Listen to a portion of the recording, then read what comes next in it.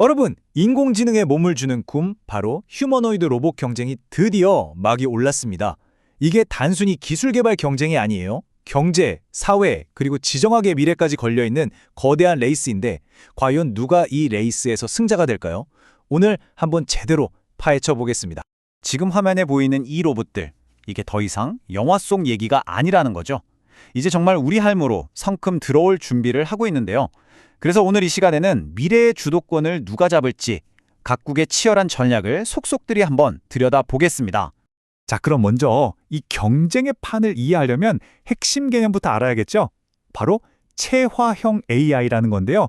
대체 이게 뭐길래 다들 이렇게 목을 매는 걸까요? 체화형 AI, 이게 뭐냐면요. 그냥 챗봇처럼 컴퓨터 화면 안에만 갇혀있는 그런 AI가 아니에요.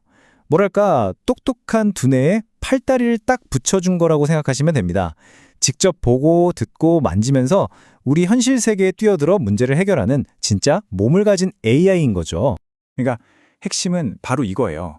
AI의 그 어마어마한 지능을 그냥 가상세계에만 두는 게 아니라 진짜 몸을 줘서 우리 현실의 문제를 풀게 만든다는 거. 이게 바로 이번 기술혁명의 진짜 본질이라고 할 수 있습니다. 자, 그런데 이 경쟁의 판도를 완전히 뒤흔들고 있는 나라가 있습니다. 바로 중국이죠. 지금 이 표를 한번 보세요. 중국이 이 체화형 AI에 거의 모든 걸 걸었다는 게 느껴지실 겁니다. 이게 그냥 단순한 기술 개발이 아니에요. 안으로는 경제성장, 또 고령화 문제 해결까지 잡고 밖으로는 군사력이랑 지정학적 우위까지 노리는 거죠. 그리고 그 끝에는 뭘 보고 있냐? 바로 인간을 뛰어넘는 궁극의 지능, AGI를 보고 있는 겁니다. 네, 바로 중국의 이런 거대한 야망이 전 세계적인 휴머노이드 경쟁에 불을 붙인 말 그대로 촉매제가 된 겁니다. 아니, 근데 어떻게 이렇게 순식간에 판을 뒤흔들 수 있었을까요? 이 숫자 하나가 아마 모든 걸 말해줄 겁니다. 150개 이상. 이게 지금 중국에서 돌아가고 있는 휴머노이드 로봇 회사 수예요. 근데 더 놀라운 건 뭔지 아세요? 이 중에 절반 이상이 진짜 최근 1, 2년 사이에 생긴 신생 기업이라는 겁니다. 이건 뭐 국가적인 총동원 수준이죠. 그리고 그 폭풍의 눈 중심에는 바로 로보틱스의 실리콘밸리라고 불리는 선전이 있습니다. 예전에 소프트웨어 혁신을 실리콘밸리가 이끌었다면 이제 하드웨어, 그러니까 로봇 혁신의 심장은 선전이 되고 있는 겁니다. 선전이 가진 진짜 무서운 무기는 바로 속도랑 비용입니다. 시제품 만드는 데 드는 돈은 서양의 10분의 1 수준이고 혁신 속도는 무려 10배나 빨라요.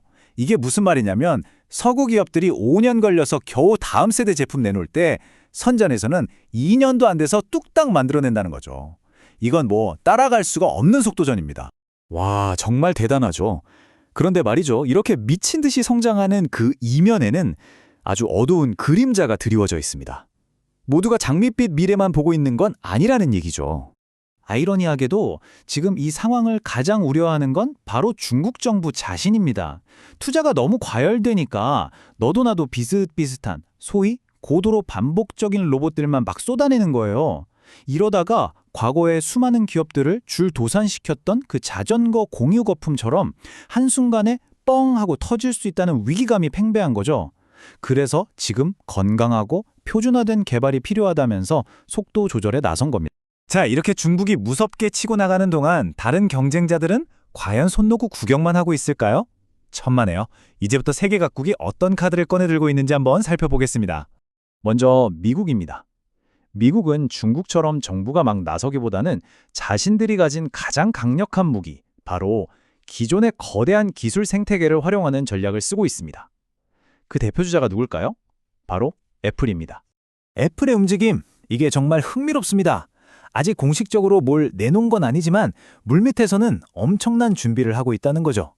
전 세계에 깔린 23억 대의 기기, 그리고 하드웨어와 소프트웨어를 완벽하게 통합하는 그 능력, 이걸 바탕으로 시장을 한 번에 뒤집으려는 큰 그림을 그리고 있는 것 같아요. 물론 두 발로 걷는 기술이나 집안에서의 안전 문제, 또 개인정보 보호 같은 거대한 산들을 넘어야겠지만요.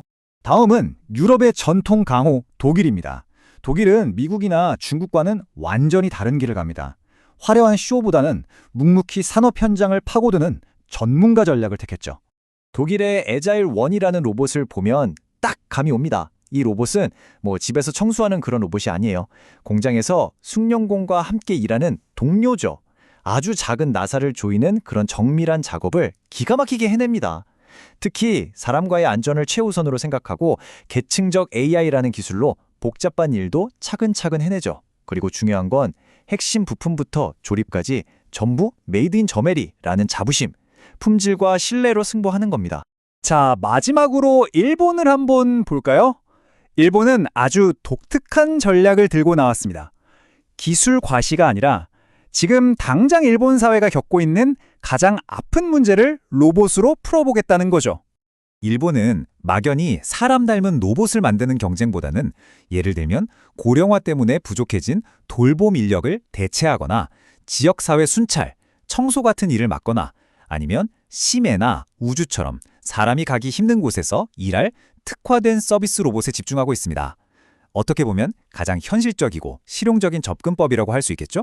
이렇게 다들 가는 길은 조금씩 다르지만 결국 모두가 같은 미래를 향해 달려가고 있습니다.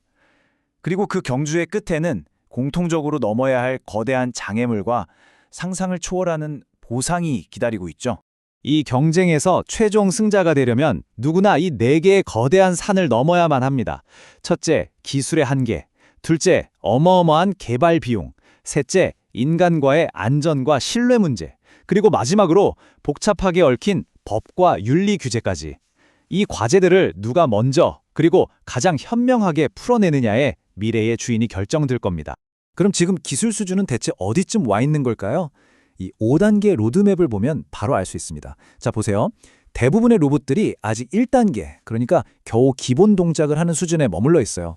아주 잘 나가는 몇몇 로봇들이 이제 막 3단계, 특정 상황에서 정해진 일을 하는 수준에 들어섰을 뿐이죠. 진정한 의미의 체유화형 AI, 즉 5단계까지는 솔직히 아직 갈 길이 한참 멀었습니다. 하지만 이 멀고 험한 길 끝에 있는 보상은 정말 상상을 초월합니다. 이 차트, 숫자를 한번 보세요. 애플 같은 회사는 휴머노이드 하나로 1년에 180조 원 가까운 매출을 기대하고 있고요. 2035년에는 전체 시장 규모가 최대 5,500조 원에 이를 거라고 합니다. 이건 뭐 단순히 돈을 버는 수준이 아니라 말 그대로 미래 그 자체를 놓고 싸우는 겁니다. 기술, 경제, 사회의 모든 판을 뒤집어 엎을 휴머노이드 시대가 정말 코앞까지 다가왔습니다. 오늘 우리는 그 치열한 경쟁의 최전선을 함께 살펴봤는데요. 마지막으로 여러분께 이 질문을 던지고 싶습니다. 지능을 가진 로봇이 우리 세상의 일원이 될 때 과연 그들과 함께할 우리의 미래를 결정하는 건 누가 되어야 할까요?